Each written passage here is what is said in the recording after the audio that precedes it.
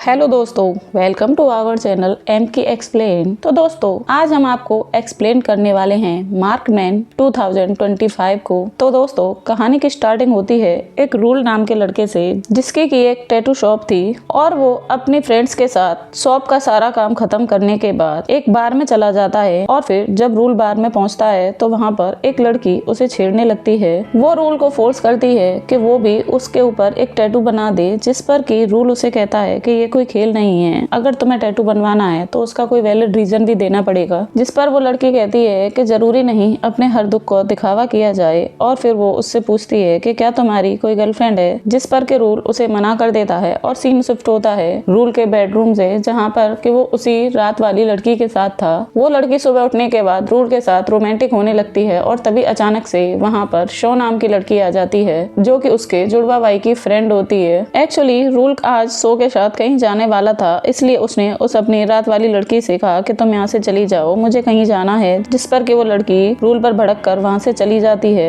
और फिर रूल और शो अपने पेरेंट्स के घर के लिए निकलते हैं। तब हमें पता चलता है कि रूल के जुड़वा भाई की 3 साल पहले ही मौत हो गई थी और इस वजह से उसकी फैमिली अब पूरी तरह से टूट चुकी थी। उसकी माँ और उसके पिता तो बस ड्रिंक करते रहते थे और जब वो दोनों बैठकर खाना खा रहे होते हैं तभी उसकी मॉम नशे की वजह से खड़ी भी नहीं हो पा रही थी और वो धड़ाम से गिर जाती हैं। ये देखकर रूल को गुस्सा आता है। वो अपनी फैमिली से कहता है कि जब ये बर्दाश्त नहीं कर पाती तो आप लोग इन्हें ड्रिंक क्यों करने देते हो। जिस पर के रूल के फादर उस पर बहुत ज्यादा भड़क जाते हैं और उसे पीटने लगते हैं और पीटते पीटते उसे अपने घर से बाहर निकाल देते हैं। तभी अचानक से शो वहाँ आती है और रूल को वहाँ से ले जाती है। तभी रास्ते में रूल शो को बताता है कि कैसे जब एक दिन वो नशे में था तब उसका जुड़वा भाई उसे लेने आ रहा था और एक कार एक्सीडेंट में उसकी मौत हो गई, जिस वजह से आज भी रूल अपने आप को अपने जुड़वा भाई की मौत का कारण समझता है और इसी गिल्ट की वजह से अब वो पूरी तरह से टूट चुका था। जब वो लोग शहर पहुंचते हैं तो वो शो से कहता है कि तुमने अब तक जितनी मेरी मदद की वो काफी थी, आगे से तुम ऐसा कुछ मत करना, क्योंकि अब मैं अपनी फैमिली से कोई भी कांटेक्ट नहीं रखूंगा। और फिर शो भी अपने घर चली जाती है। दरअसल शो बचपन से ही रूल को पसंद करती थी, लेकिन उसने आज तक अपनी फीलिंग्स किसी के साथ शेयर नहीं की थी। और जब वो घर जाती है तो अपनी फ्रेंड से बातें करने लगती है, जिस पर उसकी फ्रेंड समझ चुकी थी कि ये रूल के लिए कुछ फीलिंग्स रखती है। और फिर काफी फोर्स करने के बाद शो भी अपने मन की सारी बातें अपनी फ्रेंड को बता देती है और वो रूल के बारे में डिस्कस करने लगते हैं।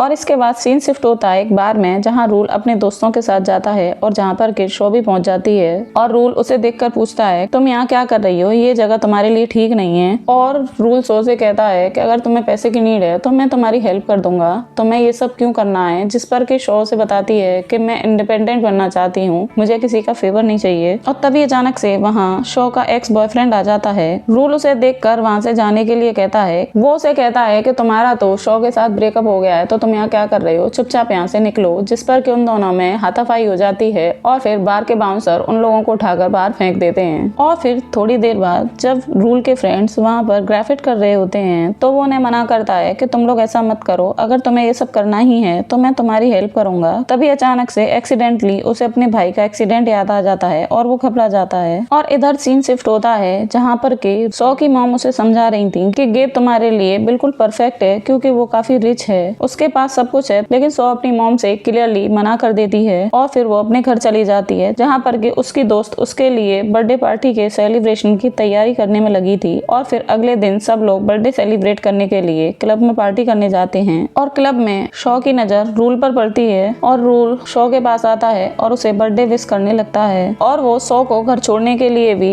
लिफ्ट ऑफर करता है। और फिर शो और रूल गाड़ी में घर के लिए निकल जाते हैं। और फिर नशे की हालत में शो रूल के क्लोज हो जाती है। और फिर जब सुबह आँख खुलती है तो बाहर रूल का भाई बैठा हुआ था और रोम ये देखकर कहता है कि मुझे इस चीज का तो बिल्कुल अंदाजा भी नहीं था। तभी अचानक शो वहाँ से चली जाती है और अपने घर जाकर अपनी दोस्त को सब कुछ बताने लगती है कि रात को उन दोनों के बीच में क्या क्या हुआ। अब शो को डर लग रहा था कि अब वो भी बस ऐसे ही एक और लड़की बनकर रह जाएगी और रूल तो उसके साथ सब कुछ कर चुकी है। तो यही हमें पता चलता है कि शो ने नशे में रूल को आई लव यू भी बोल दिया था। जिसके बाद सीन शिफ्ट होता है रूल पर, जो एक एक टैटू बना रहा था। यहाँ रूल एक दोस्त की गर्लफ्रेंड और उसके दोस्त के मर जाने पर उसकी याद के लिए टैटू बनवा रही थी। और फिर वो लड़की रूल से पूछती है कि तुम्हें क्या हुआ, तुम आज अलग क्यों लग रहे हो। तो रूल उस लड़की को बताता है कि मैं एक लड़की को अपने दिमाग से नहीं निकाल पा रहा हूँ। तो ये लड़की उसे कहती है कि जाकर उससे बात करो। रूल अगले ही पल सो के पास पहुँचता है और फिर जब एडन ने रूल के वहाँ पहुँचने की बात सो को बताई तो वो चौंक जाती है और फिर सो आकर रूल से मिलती है। वो दोनों बातें कर रहे होते हैं कि कैसे रूल वो उसके साथ अपनी दोस्ती बरकरार रखना चाहता है और उसके साथ टाइम भी बिताना चाहता है, लेकिन वो कोई रिलेशनशिप नहीं चाहता क्योंकि रूल अपने आप को एक परफेक्ट पार्टनर बनने लायक नहीं समझ रहा था। वो सो से कहता है कि क्या तुम मेरे साथ दोस्ती करना चाहोगी, जिस पर कि सो भी हाँ कर देती है और फिर वो दोनों मिलने लगते हैं और अपनी लाइफ को एंजॉय करने लगते हैं। और फिर एक दिन रूल से मिलने के लिए उसकी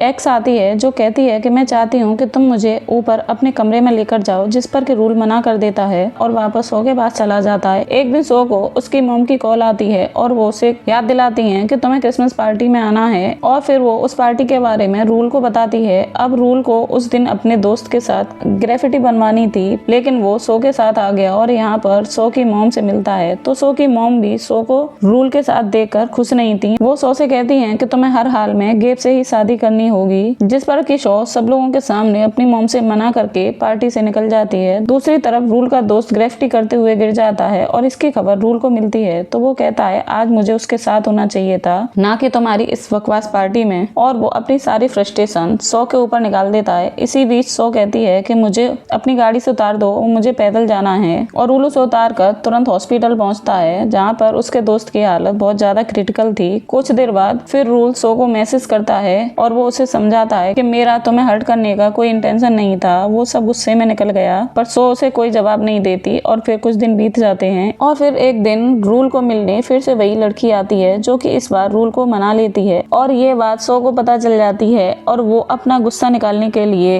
रूल से बदला लेने अपने एक्स बॉयफ्रेंड गेब के पास पहुंच जाती है और उससे कहती है कि मैं तुम्हारे साथ अपने रिश्ते को एक और मौका देना चाहता हूँ, जिस पर कि गेब भी मान जाता है और वो दोनों एक दूसरे के साथ रहने लगते हैं। और फिर एक दिन रूल की नजर सो पर पड़ती है और वो उसे कहता है कि शायद तुम अपनी लाइफ में बहुत खुश हो, इसलिए आज तक तुम्हें मेरी कभी याद नहीं आई और तुमने दोबारा से अपने बॉयफ्रेंड के साथ में रिश्ता कायम कर लिया। फिर वहीं जब वो लोग एक दूसरे से बात कर रहे होते हैं तभी रूल सो की ड्राइंग बनाने लगता है और सो रूल की पिक्चर्स देखने लगती है और फिर सो को पता चलता है कि रूल का फ्रेंड मर चुका है तो वो उसके फ्यूनरल पे पहुंच जाती है, जहाँ पर रूल और सो एक दूसरे को देख रहे थे और वो वापस जाकर रूल को फोन करती है और उसे एक मैसेज भी छोड़ती है। वो उसे कहती है कि मैं तुमसे मिलना चाहती हूँ, प्लीज मुझसे एक बार मिल लो, जो कि बाहर खड़ा गेब सुन लेता है और वो उसे कहता है कि मैं जानता हूँ तुम आज भी उसी से प्यार करती हो, चलो मैं आज तुम्हें उसी के पास छोड़ देता हूँ। गेब इतने गुस्से में था कि वो उस पर हाथ भी उठा देता है और सो ये सब बर्दाश्त नहीं करती और वहाँ से निकल जाती है। तभी रूल को मैसेज मिलता है और वो अगले दिन सो से मिलने जाता है और जब